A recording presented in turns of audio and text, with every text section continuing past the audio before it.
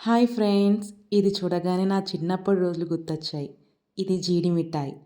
అప్పుడు ఇది తినాలంటే నాన్నని లేదా అమ్మని చాలా బతిమాలుకోవాల్సొచ్చేది. కానీ చేతిలో ఇది పడినప్పుడు ఆ సంతోషం వేరే లెవెల్. ఇప్పుడు టైం ఎలా వెళ్ళిపోయింది అంటే, ఈ జీడి మిఠాయి నాకు చివరిసారి తిన్నది చిన్నప్పుడే.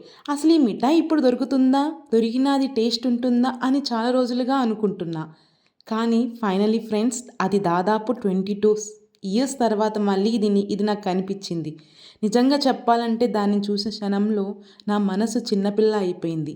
ఇప్పుడు ఈ మిఠాయి తినగానే అప్పటి స్కూల్ డేస్, ఆడుకున్న ఆటలు, స్నేహితులు అందరూ కళ్ళ ముందుకు తిరిగి వచ్చారు.